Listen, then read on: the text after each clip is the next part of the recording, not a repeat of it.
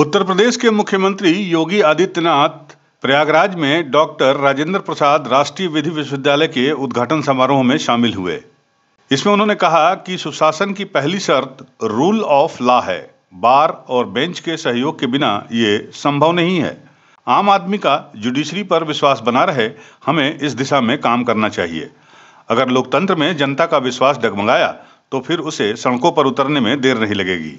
हम सबको भारत के लोकतंत्र के सभी स्तंभों को और मजबूती प्रदान करने के लिए हमेशा प्रयास करना चाहिए। उत्तर प्रदेश के लिए हमारे लिए एक उपलब्धि है कि हम उत्तर प्रदेश को एक नेशनल लॉ यूनिवर्सिटी देने की दिशा में अग्रसर हुए हैं।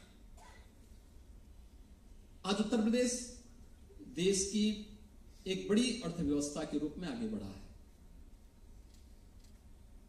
हमने आदरणीय प्रधानमंत्री जी के मार्गदर्शन में, उनके नेतृत्व में विगत 6-7 वर्षों में उत्तर प्रदेश के अंदर सुशासन को स्थापित करने में कुछ सफलता प्राप्त की। सुशासन की पहली शर्त है रूल ऑफ लॉ,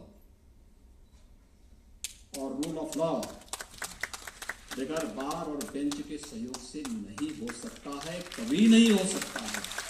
गौरतलब है कि इस कार्यक्रम में सुप्रीम कोर्ट के चीफ जस्टिस DY चंद्रचूड़ भी मौजूद थे।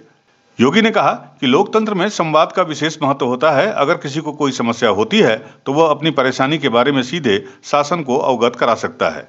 आपको बता दें, डॉक्टर राजेंद्र प्रसाद राष्ट्रीय विधि विश्वविद्यालय के पहले शैक्षिक सत्र का शुक्रवार को उद्घाटन किया गया और इस मौके पर मुख्य अतिथि भारत के मुख्य न्यायाधीश डॉक्टर DY चंद्रचूड़ भी थे।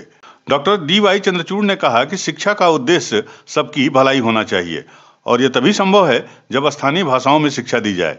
इसके लिए कानून की शिक्षा भी स्थानीय भाषाओं में दी जानी चाहिए। उन्होंने कहा कि अभी तक अधिकतर राष्ट्रीय विधि विश्वविद्यालयों में अंग्रेजी जानने वालों और संपन्न वर्ग के अनुकूल वातावरण है, ऐसा नहीं होना चाहिए। शिक्षा के लिए आर्थिक और सामाजिक स्थिति बाधक नहीं बननी चाहिए। उन्होंने कहा कि नए विधि विश्वविद्यालय में हिंदी माध्यम से ही कानून की शिक्षा दी जानी चाहिए, जिससे किसी भी बैकग्राउंड से आने वाला छात्र उसे बेहतर तरीके से समझ सके।